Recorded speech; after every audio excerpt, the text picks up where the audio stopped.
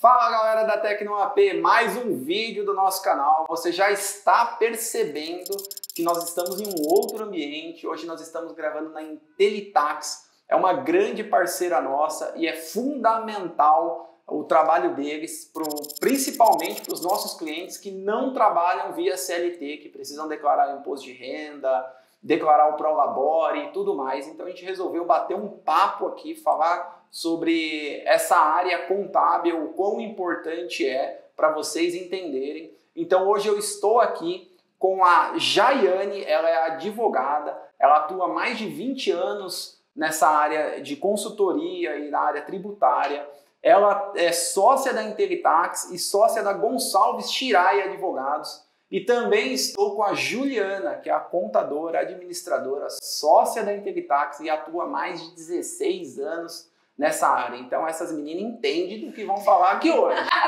Esperamos. Muito obrigada. Muito obrigado. Obrigado por nos receber. Imagina, seja bem-vindo. E agora a gente se conhece. Agora a gente se conhece, finalmente. Exatamente. A gente conheceu a Juliana já tem acho, quase 2 anos, não? Sim. E aí era só online, né? Era só online, por WhatsApp, atender os clientes, as demandas, né? E aí, finalmente surgiu um encontro. E antes de começar a falar, eu quero falar que fomos surpreendidos com essa mesa de podcast aqui na Intelitax.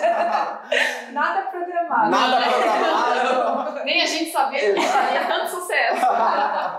Adoramos e aí resolvemos mudar o formato aqui na hora para fazer tipo essa entrevista, tipo podcast. Espero que você de casa goste. Antes de começar então, se inscreva aqui embaixo no canal, meu filho. Dá trabalho para fazer. Dá. E se gostar, deixa o seu curtir, isso ajuda o YouTube a entregar para mais pessoas. Vamos lá então, meninas. Primeiro eu queria que vocês contassem a história de vocês antes da gente contar a história da Intelitax.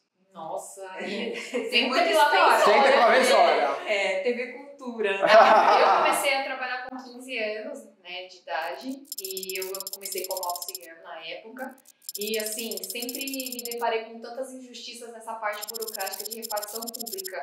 E aquilo sempre foi me instigando a querer defender as pessoas, os clientes, porque a gente via muita ilegalidade sendo cometida. E ali, não sendo advogada, eu não conseguia fazer muita coisa. Uhum. E aí, já com 16 anos, eu já com muito senso de justiça desde muito cedo, eu falei, não, eu preciso fazer direito. E, então, o direito seria o caminho que eu teria para que eu pudesse defender os clientes depois. Como a gente teve muita fidelidade, conexão com os clientes das antigas, quando eu me formei, e também o meu irmão, que é sócio na Intelitax, também se formou em direito, os clientes tinham tanta confiança na gente que eles contrataram a gente como advogados para defender as causas deles, mesmo sabendo que a gente não tinha experiência. Que legal. Tudo pela confiança, transparência e ética, que sempre foi uma das coisas que a gente sempre priorizou aqui na nossa casa Intelitax. Bacana. Sim.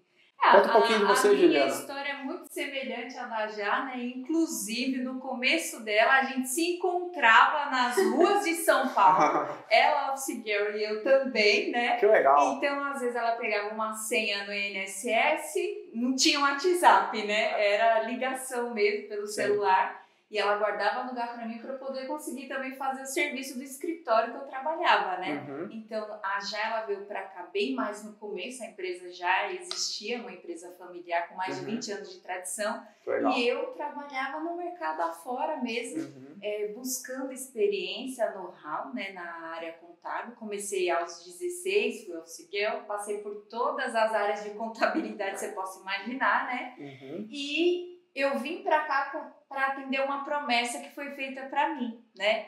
Essa empresa me prometeu que me traria para cá quando eu tivesse toda a bagagem que precisasse para a gente seguir com a contabilidade aqui dentro. Que legal. E um detalhe, nós duas começamos como funcionárias e depois nós viramos sócios. Viraram sócios, que legal. Então foi essa a ideia que eu E há quanto abracei. tempo vocês estão aqui? Nesse ponto aqui... Não, porque você entrou... Eu tô aqui desde 2014. 14, legal. Isso, eu saí da CLT em 2014. Eu desde 2003. Desde 2003. Isso, legal. Então foi com essa promessa, essa vontade de fazer parte da família que já existia, né? Uhum. Que eu aprendi o que eu pude no mercado de trabalho. E aí veio pra cá. Vim pra cá e implantei a contabilidade do zero. Né? Legal. Então, hoje a gente tem clientes de contabilidade, atendemos pessoas físicas e a gente tem essa parte jurídica legal, né, para dar suporte tanto para a contabilidade quanto para os outros clientes, né, de acordo com a necessidade, né? Legal, é Que vai completa a solução. Foi essa a ideia. formado em contabilidade, eu e o Alfson como advogados e também o outro sócio que E temos também um administrador que é o Vailson, né? Que é o fundador da empresa. Que legal. Todo mundo família. Todo mundo família. Isso é bom. É bom, né? Principalmente quando dá confusão, né? Mas vocês sabem Faz que parte. não dá? Não dá. Não, a gente separa bem. É que assim, no calor das emoções para discussão de teses jurídicas, Dá um pouquinho de confusão, mas a gente já Sim, mas isso é bom. Né? Resolve tudo. Quando a gente está brigando com a mesma intenção de crescimento, é boa a briga. Isso, sim, com É certeza. boa briga. É pra ganhar, né? Exatamente. E como a gente cresceu, todo mundo aqui dentro do escritório, porque queira quer não, a gente como família, a gente traz todos os nossos princípios familiares para dentro da empresa. E isso fez a gente crescer e a gente valorizar os princípios que tem na nossa família, que é transparência, ética, a gente fomentar a vida das pessoas. E a gente trouxe muito enraizado pra gente que quando a gente ajuda uma empresa, a gente ajuda uma pessoa, a gente ajuda sonhos, a gente ajuda pessoas. Então, isso está muito enraizado, não é só sobre dinheiro, é sobre pessoas, conexão. Exatamente. E na verdade o CNPJ ele é composto de pessoas, né? Exatamente. Não é um número Não é um apenas, né? Então, acho que isso tem que ser levado em consideração. Toda vez que a gente ajuda alguém, né, isso é muito gratificante. Nossa, demais. Eu fico super feliz, principalmente quando eu recebo as demandas do pessoal da TecnoAP. Eu sempre peço para mim posicionar se deu certo, se não deu, e eu vejo o carinho das pessoas em trazer de volta, olha, deu certo, meu sonho foi realizado. Isso é muito bom. É muito gratificante, porque nós vivemos isso na pele. Sim. A conquista do primeiro imóvel, com 18, eu tinha 18 anos. Eu tinha 20, mais ou menos, né? E a gente fez todo um planejamento. Sim. Assim, naquele tempo que as coisas eram muito mais complexas, né? Não existia a tecnologia, a facilidade de comunicação que tem hoje. Sim. Até para comprovar renda era muito mais burocrático. Hoje é mais fácil. Não tinha TecnoAP, não tinha. Mas você entrou num tema legal, de planejamento. O que acontece muito lá hoje, Juliana? Você acompanha com a gente. O pessoal chega, não se planeja, não entende essa parte por trás, né? Então fala um pouquinho o que é esse planejamento para quem, principalmente para os autônomos que não são CLT, que precisam de uma renda comprovada, o que eles precisam fazer? Eu vou usar a nossa história como exemplo, né? Quando a gente... nós somos de pais divorciados, né? Então, quando nossos pais se separaram, aí vocês imaginam o que acontece na família, né? Às vezes é amigável, mas na maioria das vezes não é a realidade, né? Então, meus pais se separaram, teve que vender a única residência que a gente tinha, a gente morou de favor um bom tempo, por não ter realmente condições de ter uma casa própria. Não tinha a gente não tinha entrada, não tinha nada. Quando a gente fala de planejamento, o que a gente fez? A gente estava numa situação difícil ali, não tinha para onde recorrer. Unimos a família, eu, minha irmã, meu irmão e a minha mãe. Todas as economias que a gente tinha, guardamos e começamos a nos planejar, ou seja, como que eu faço para comprovar a minha renda? Não foi no dia de comprar apartamento que a gente foi verificar, pesquisar ou consultar algum especialista para nos orientar. Não, a gente começou a pesquisar com muita antecedência. Então foram 2 anos antes, a gente já tinha esse objetivo. O que a gente precisa? Eu, por exemplo, eu trabalhava CLT, mas eu recebia renda de outros serviços, porque eu nunca fui uma pessoa de um único emprego. Entendi. E aí eu comecei o quê?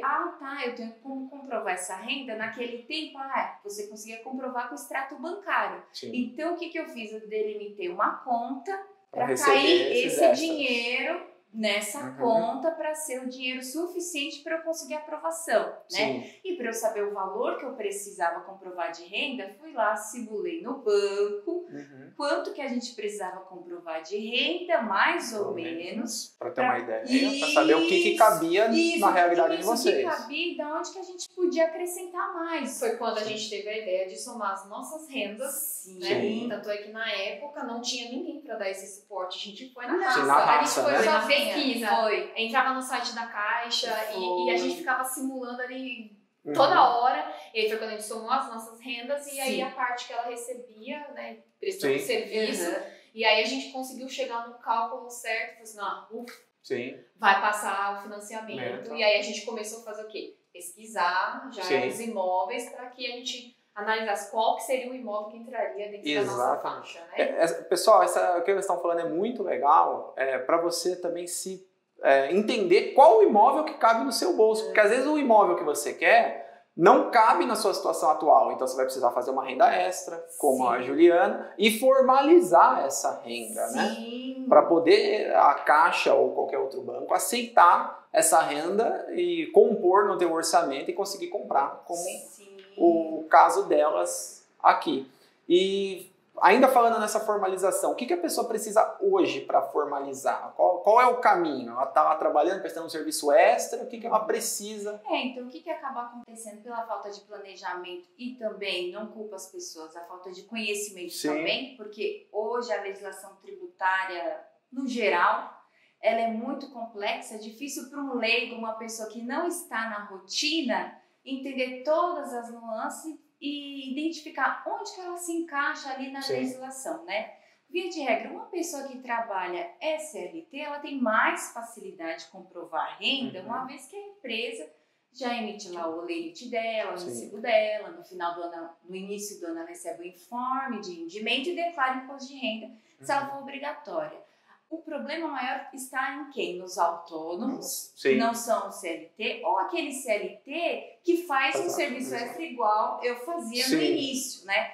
Existe sim a possibilidade de você comprovar essa renda, né? Principalmente se você prestar serviços avulsos para pessoa física, você pode ser um autônomo e fazer o livro caixa mensal, já ir recolhendo um pouquinho de imposto de renda até chegar ao ano seguinte. Então não precisa esperar. Não precisa, mas a falta de planejamento, falta de planejamento faz com que chegue início do ano, eu sou CLT ou não sou CLT, sou totalmente autônomo, não tenho empresa, não tenho nada, eu preciso declarar que eu recebi tudo isso no ano. O que acontece? Na hora que você chega na declaração do imposto de renda, ela é uma declaração de ajuste anual, ou seja, vamos prestar contas de tudo que aconteceu no ano anterior. Aí a pessoa acaba tendo que pagar mais imposto porque ela não fez esse recolhimento pelo carnê-leão que deveria ser mensal. Principalmente se ele presta serviço para a pessoa física. Que legal. Se é uma atividade autônoma, que não seja regulamentada. Eu achei que não podia. É bom que a gente já vai pagando aos pouquinhos, chega no imposto de renda, não precisa pagar nada, porque já pagou. Por isso que é importante, né? Falei não regulamentada, mas aos casos, por exemplo, dentistas, qualquer outra que preste serviço diretamente para a pessoa física, não é obrigado a ter uma empresa. Ele pode fazer o recolhimento pelo carnê-leão e há benefícios, inclusive, no carnê-leão, que por falta de conhecimento, as pessoas acabam deixando passar, como, por exemplo, você pode deduzir despesas que você tenha com a sua atividade e diminuir do valor do imposto de renda a pagar mensalmente. Então é bem mais barato. Isso, sai mais barato, mas a falta de planejamento, conhecimento acaba fazendo com que as pessoas que são autônomas esperem o início do ano, quando surge uma oportunidade para tentar como que eu vou comprovar minha renda e acaba pagando mais imposto em cima disso. E a janela de imposto de renda é muito curta também, né? Comparado com o ano inteiro, né? Sim. Isso a gente está falando do autônomo, né? Mas há também a possibilidade desse autônomo se formalizar como MEI. E aí, se tornando MEI, ele praticamente não vai pagar nada de imposto de renda. Entendi. Porque no MEI ele consegue fazer uma distribuição de lucro isento de IR até o limite lá, que é 81 mil por ano, né, para faturar. E aí ele não pagaria imposto de renda sobre a distribuição de lucro. É isento imposto de renda hoje sobre a distribuição de lucro de qualquer empresa, né? Não necessariamente só do MEI. Nós estamos gravando em 2024, hein, pessoal? Ainda é isento. Ainda é isento. Isso que eu ia falar, ainda é isento. O MEI pela questão do lucro isento, né? Que aí, por exemplo, se você é CLT e tem um MEI para poder acrescentar essa renda que você teria como autônomo, você já não paga imposto de renda dessa parte do seu lucro do MEI. Né? Então, é o que a gente está falando. Compensa. É a questão do planejamento, né? Acho que... Você falou do MEI, Juliana. E quando a pessoa estoura esse teto? E aí? O MEI, existem duas formas, né? Hoje de você sair do MEI, né? Se você estourar até 20%, você continua durante o ano no MEI, recolhe a diferença, tá? Do imposto como se fosse uma empresa normal. Se você ultrapassa os 20% do limite dos 81 mil por ano, você deixa de ser MEI imediatamente, não no ano seguinte. Entendi, tá? Na hora já. Isso, já na hora, imediatamente. Aí você perde o benefício do MEI, torna-se uma microempresa, empresário individual que começa a recolher seus tributos pela alíquota aí determinada pelos anexos do Simples Nacional. Né? O Simples Nacional ainda assim é um bom imposto, né? Um imposto Ainda assim, barato. hoje, para o microempresário, pequeno empreendedor, é uma das melhores alternativas. Sobretudo para quem está iniciando. Isso, É. para quem está começando. Ainda assim sai mais barato, né?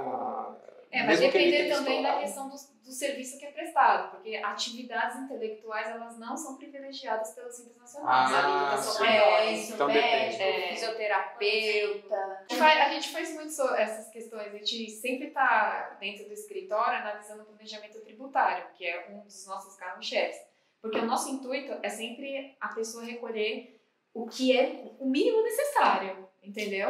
Porque, na verdade, o que o Estado presta de serviço não justifica o valor que você recolhe de tributos. Então, nosso escopo é você recolher o que Mínimo o mínimo necessário. Para estar dentro da lei. Dentro da é lógico, a gente sempre está analisando a legalidade de todas as questões, porque a gente não vai oferecer nenhum tipo de risco, mas o nosso intuito é sempre fazer o planejamento tributário. Mas eu acho que o MEI no Brasil foi a melhor coisa que aconteceu.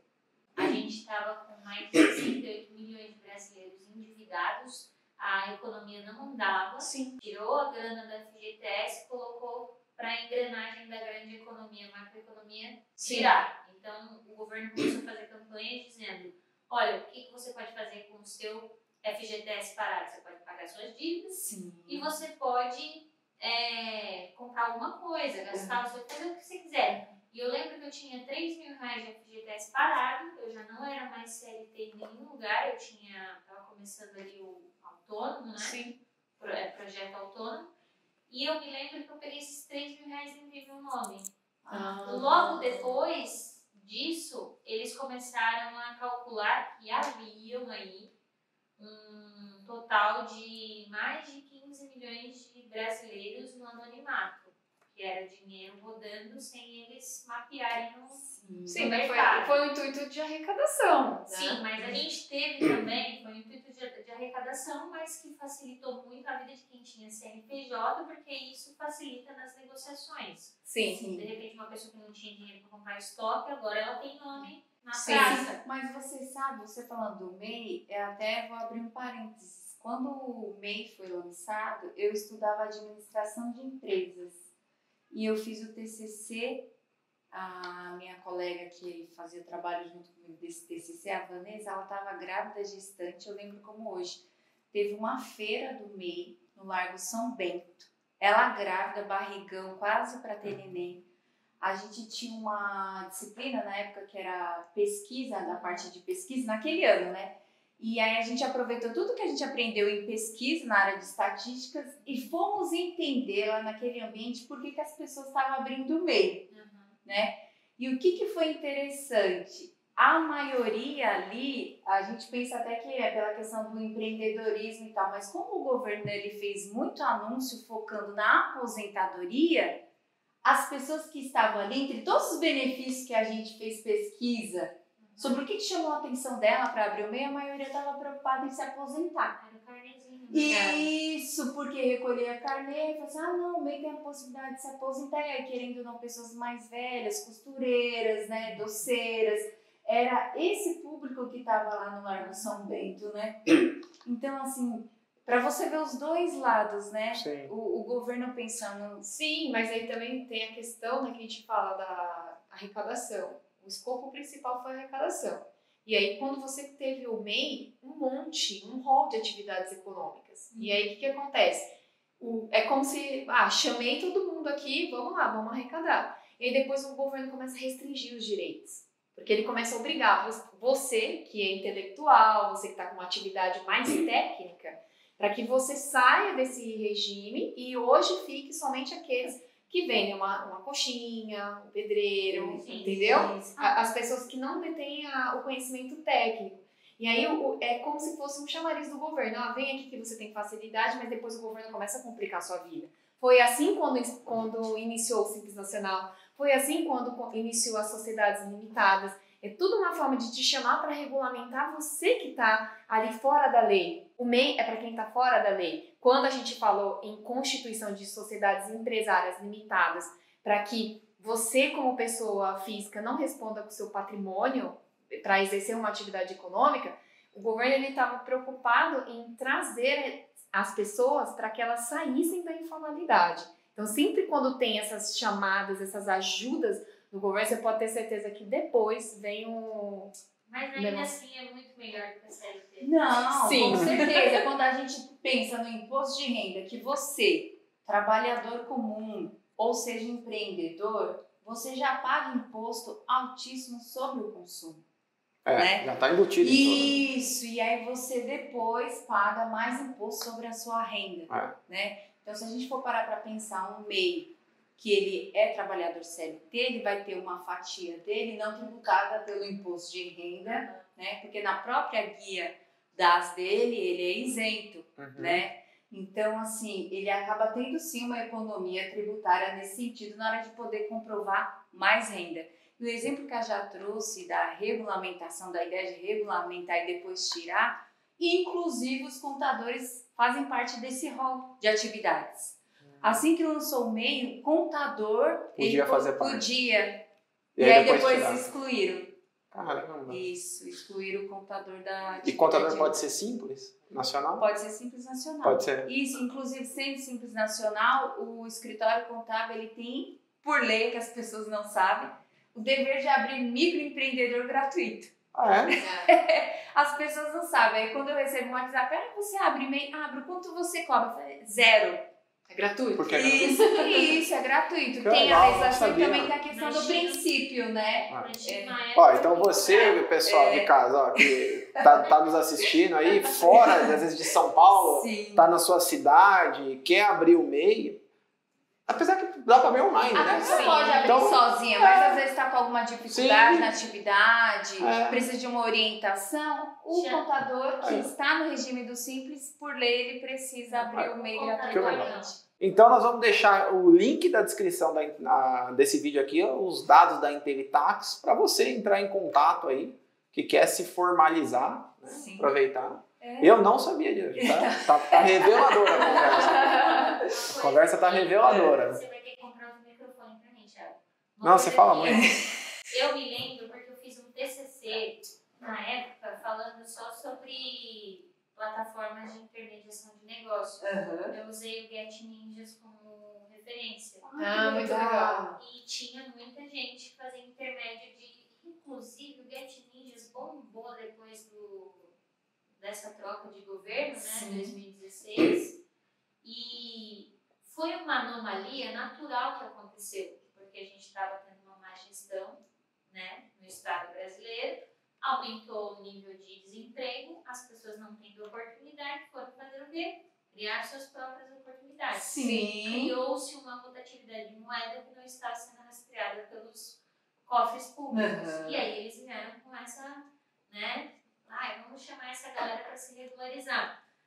Hoje eu acho que muita gente que virou a chave entrando no MEI na época, furou o teto. Sim. Entendeu? Vai pagar uma alíquota mais cara, mas vocês estão aí para ajudar a gente. Sim, e a gente tem exemplos de clientes MEIs que ultrapassaram o teto e se transformaram. A gente fez várias transformações, né, já? Sim, nós fizemos transformações, aí a empresa passa a ser tributada pelo Simples Nacional.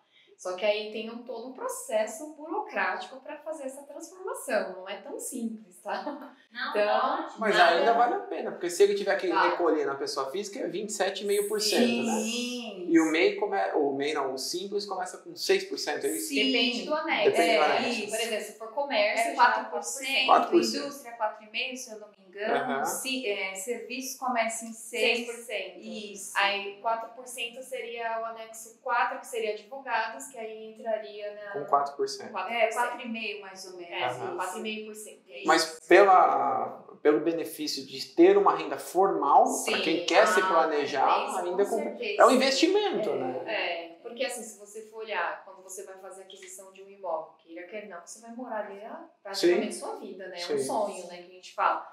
E não dá para deixar para a última hora, para você fazer todo esse planejamento, porque às vezes o tempo que você tem para fazer o financiamento não é o tempo suficiente para você cumprir essa parte burocrática. Exatamente. Entendeu? Então é importante fazer esse planejamento, que foi algo que nós fizemos com tão pouca idade, né? Eu com 18, a Gil com 20. Acho que tem muito o nosso instinto de ir atrás, de ser buscadoras. Eu acho que pela a forma que nós fomos criadas de assumir responsabilidades desde muito cedo, acho que permitiu que a gente tivesse toda essa força de vontade. E aí, unindo isso, é que a gente, como a gente viveu esse sonho de uma conquista de um imóvel, a gente se toca quando a gente vê alguma pessoa dependendo desse tipo de auxílio, dessa ajuda, porque é como se nos remetesse lá no passado. E a gente olhasse, nossa, não tinha ninguém pela gente, mas hoje a gente está aqui por essas pessoas, né? Então, eu vou falar uma coisa para você, Jane. É mais importante essa parte de planejamento do que a pessoa querer juntar hoje a entrada. Porque existem planos muito facilitados. A gente mesmo tem planos de R$500.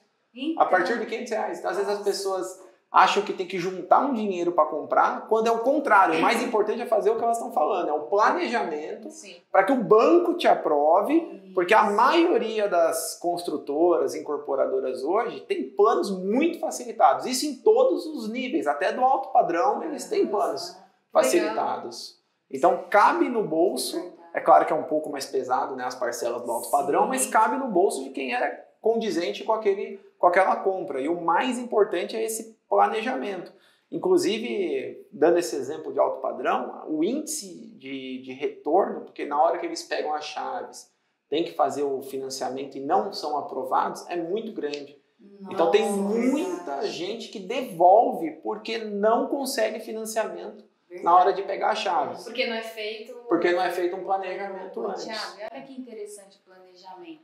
Isso a gente falou de quando a gente estava começando a vida. 2013, foi um imóvel para nossa Sim. família. 2013. Mas daquele tempo para cá, hoje nós temos nossas vidas fora, né, do lar pai e mãe. Sim. Compramos outros imóveis seguindo a mesma sistemática de planejar. Depois quando eu me casei, eu e meu marido também compramos um apartamento planejando. Usamos o FGTS dele, também verifiquei como que eu tinha que comprovar minha renda, verifiquei no banco se o que eu ganhava seria suficiente, né? Sempre tendo uma segunda renda de apoio para essa situação, né? Porque às vezes, se você é CLT e só tem aquela renda, talvez você fique limitado. Então, se você tem um serviço extra, por menor que seja a quantia que você receba, ou o serviço que você faça, né? Você tem que tentar alguma maneira de formalizar aquele valor para te ajudar na comprovação da renda. Então, às vezes, as pessoas se pegam só pelaquela atividade, só pelo que ela faz, a renda principal. Mas hoje, qual é o brasileiro que vive só de uma renda? Se a gente for parar para pensar, né? E é interessante o que você está falando, porque às vezes a gente vai aprovar algum cliente que ele tem uma renda extra. E às vezes, só que não é formalizada, aí o banco não entende. E às vezes, se você formaliza essa renda extra que você tem, às vezes é R$200, isso sobe às vezes 15, 20 mil do seu financiamento. Então a importância, porque se sobe do seu financiamento, sai da entrada, diminui a entrada. Olha que legal. Então, é muito bom, até mesmo quando é pouca renda, você se planejar e declarar essa renda, principalmente quem quer comprar imóvel, que é essencial. Com certeza, porque essa é a ideia, Tiago. Se planejar sempre. Para a vida, né? Pra vida. Para tudo, né? A gente está falando de imóvel, mas serve para tudo, né? Sim, sem dúvida. Eu acho que o advento da internet aí está trazendo informação, que é o que a gente está fazendo aqui hoje, né?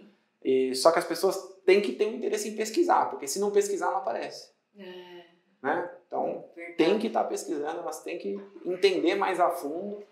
Se você for olhar 2009, nem tinha YouTube. Exatamente. Não tinha Tecno-AP para que a gente pudesse pesquisar como que funcionava. Então, muitas vezes a gente tinha que ir na agência, né, do banco para verificar.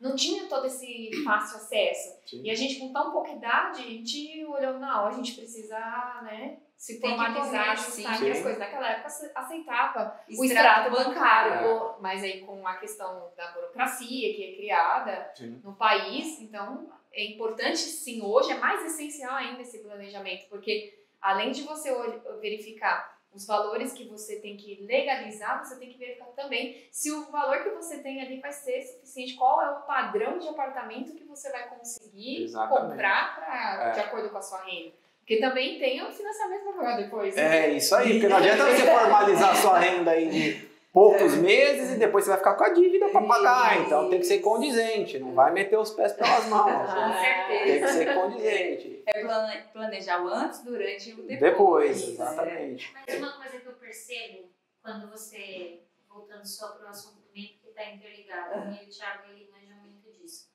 Quando você sai do MEI e vai para aquela empresa que você tem que pagar o carnêzinho mês a mês, né? Você já tem que ter uma noção de que a conta PJ não é sua. Não. E eu queria que vocês explicassem um pouco sobre isso. Isso vai de encontro com o fato que aconteceu com a gente. A confusão patrimonial não realizada por nós, mas infelizmente, né, toda história tem a sua parte feliz e a parte triste, né?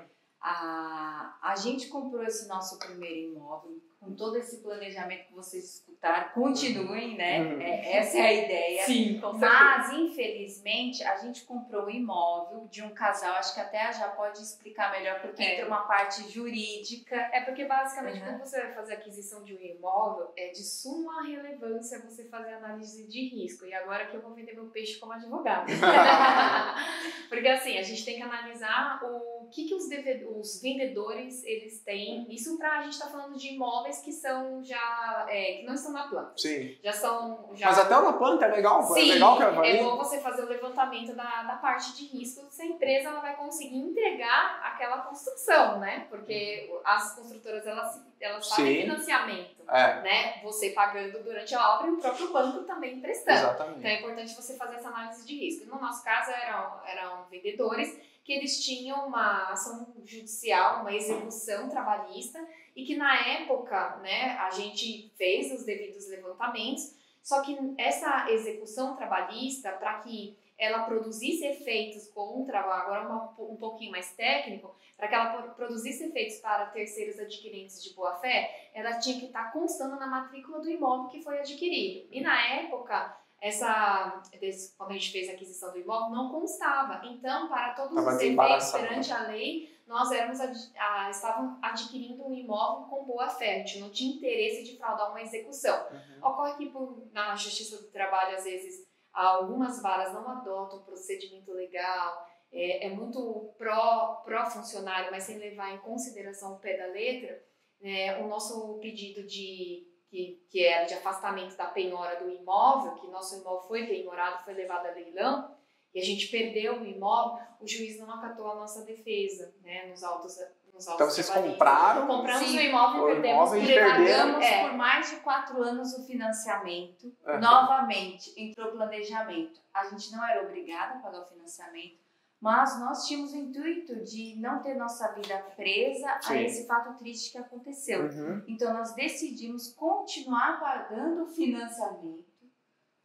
Recebemos lá a carta de que o imóvel tinha sido arrematado por uma família, a gente não dificultou a entrada dessa família, nós não tínhamos nada a ver com a situação, saímos do imóvel, continuamos pagando financiamento, para o que a gente não ter o nosso nome sujo. E aí o que aconteceu? Os vendedores, eles tinham muita confusão patrimonial, né? Que entra no que é o que a gente vai falar sobre a questão do MEI. O MEI, de certo modo, ele se confunde com a pessoa física, tá? Porque para fins legais, não há uma divisão entre as personalidades jurídicas, pessoa física e pessoa jurídica. Então tá tudo bem o MEI se confundir com a pessoa física. Então você pode administrar sua conta pessoa jurídica que está no MEI, ou pode nem ter uma conta pessoa jurídica. Você pode utilizar sua conta pessoa física mesmo, porque não há essa distinção. Mas quando você sai do MEI, porque você estourou o faturamento que está previsto em lei, você constitui uma empresa. você muda, há uma transformação da natureza jurídica que a gente fala. Você deixa de ser um empresário individual e passa a ser uma empresa. Quando você passa a ser uma empresa, entende-se que houve a criação de um ser, né, dotado de personalidade jurídica que precisa segregar os seus bens particulares da pessoa jurídica e dos bens da pessoa física. E por que tudo isso?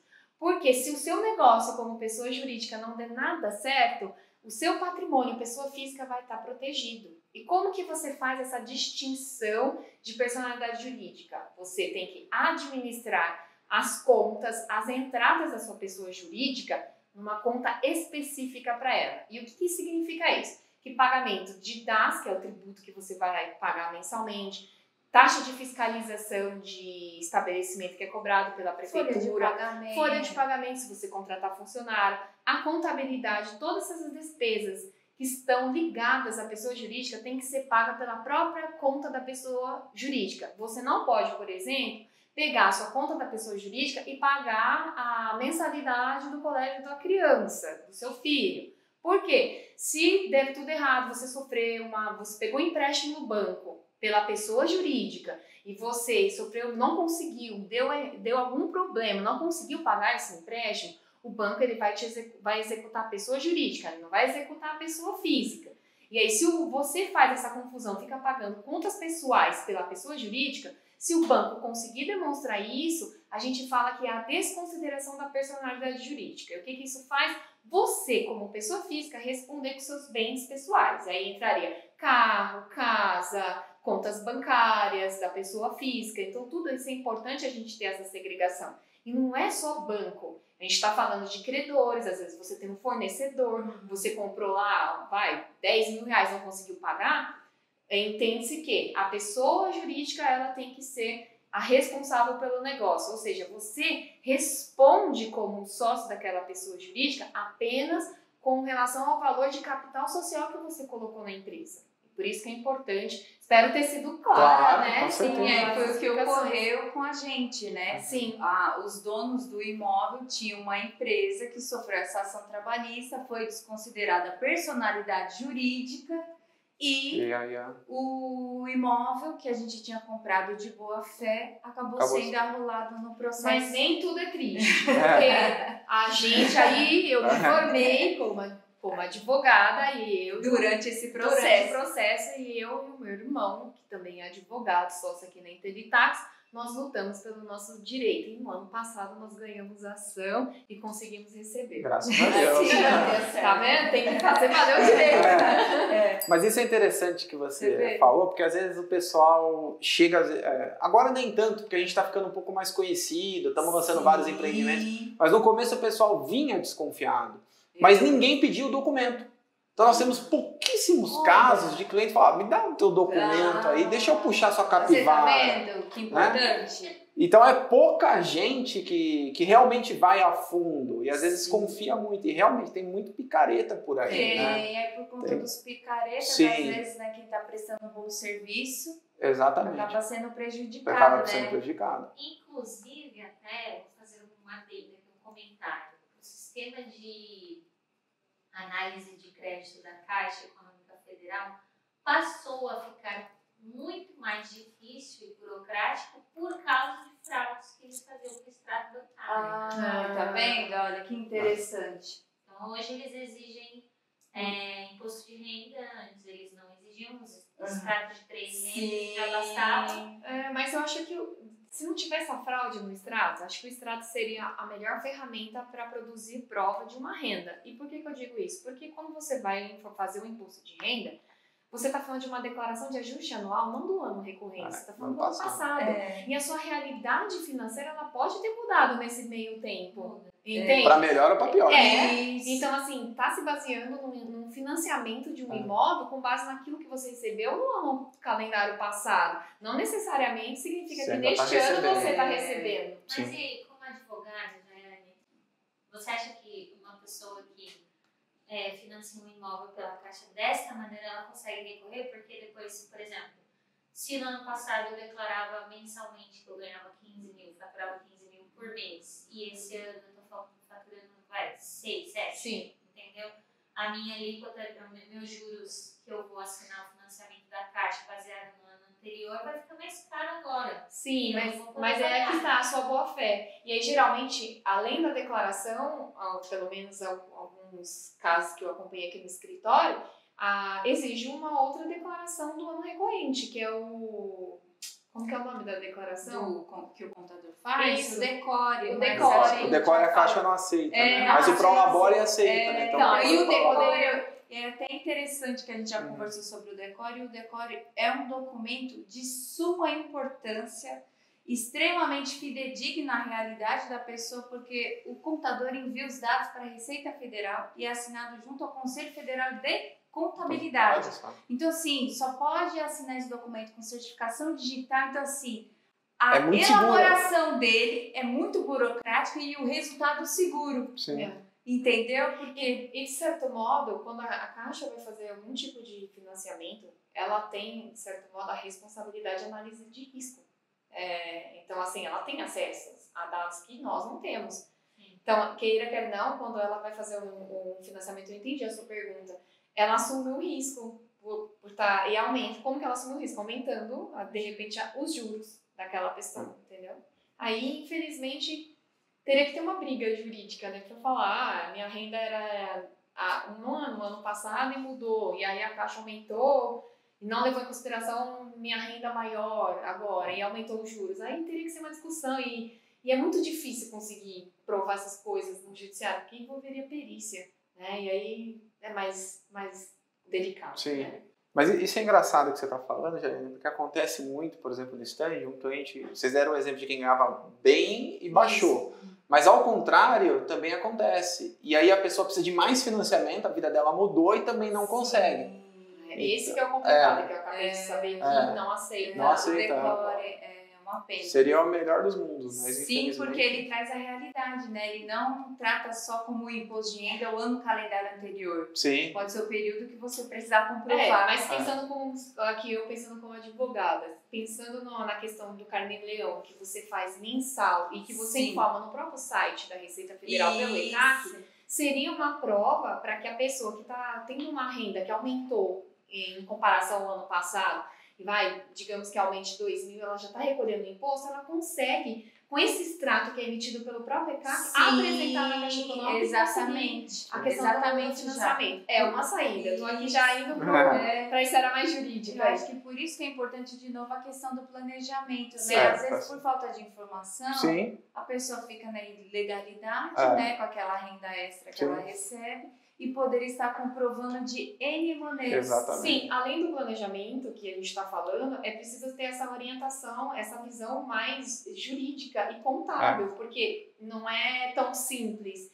E quando a gente tem o conhecimento da lei, a gente analisa quais são as possíveis saídas para que a pessoa consiga alcançar o sonho dela. Então, não é algo simples. Eu acho que quando as pessoas conseguem incorporar a importância do advogado, do contador e do economista na vida, eu acho que essas são as 3 importantes profissões, eu acho que já... Planejamento, que é a palavra-chave nossa aqui, é primordial para todo mundo, mas eu vou deixar um destaque aqui, que é principalmente para quem tem a partir de 40 anos, mais do que nunca você precisa se planejar. Por quê?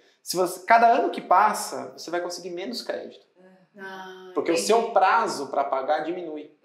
Ou seja, ou sua renda sobe, ou você consegue menos crédito. Nossa, aprendi isso hoje, hein? Porque a última parcela do seu financiamento tem que ser com 80 anos. Então, a partir dos 40 eu falo, por quê? Porque a pessoa já está chegando naquele limite.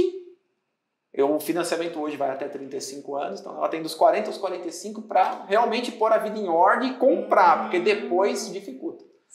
A última parcela até os 80, então ela vai diminuir. Aí teria que ter uma renda muito maior. Entendi. Nós, inclusive, tivemos um caso aqui, não vamos falar o nome dele, que fez o ano passado, Juliana. E ele conseguiu menos crédito, ele queria de 2 dormitórios, a gente declarou o IR, e aí teve menos renda, menos financiamento, porque ele já tinha 40 e tantos, quase 50 anos. Entendi. Por isso que essa fase, então, até os 40 anos, ela é de suma relevância para você conquistar. Exatamente. Né? Para você ir atrás dos seus sonhos, não que após os 41, aos 40 você não vai conseguir. Não, nunca é tarde. Nunca é tarde, você exatamente. conquistar, você atingir os seus objetivos, né? Mas, pelo que você está falando da burocracia que nós temos hoje, Sim. né, por conta do que o governo, o Estado em si, ele calcula o seu prazo de vida, né?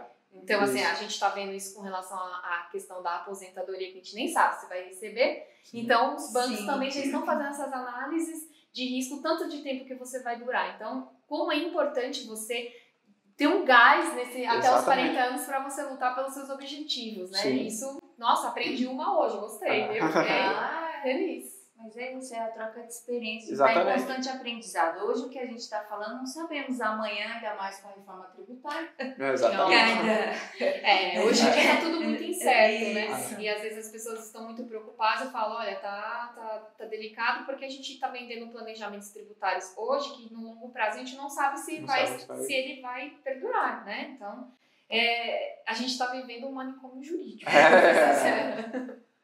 Mas vai ser ótimo se a gente dá um gás a mais em 2024, né? Já garante alguma coisa. A regra do jogo muda toda hora, né? Então tem que jogar essa que tá aí. A gente é uma metamorfose. A gente Sim. tem que se adaptar à medida que as mudanças acontecem, né? E Exatamente. continuar planejando sempre, que é essa a ideia, né? Sim. Meninas, algum consideração Não, eu acho final? que é Acho que a gente falou um conselho para nossa audiência de casa. Eu acho que a primeira coisa, não se desespere, né? Uhum. Eu sei que o sonho da casa própria, a princípio, parece algo muito distante. Mas se você desacreditar em você mesmo, quem que vai acreditar? Exatamente. Então, primeiro ponto, não se desespere, já visualize. A gente trabalha muito aqui a questão da visualização para tudo na vida. Já imagine-se lá no lançamento da Tecno AP. Qual que seria, Thiago, um apartamento que a pessoa poderia se imaginar lá na Tecno AP agora?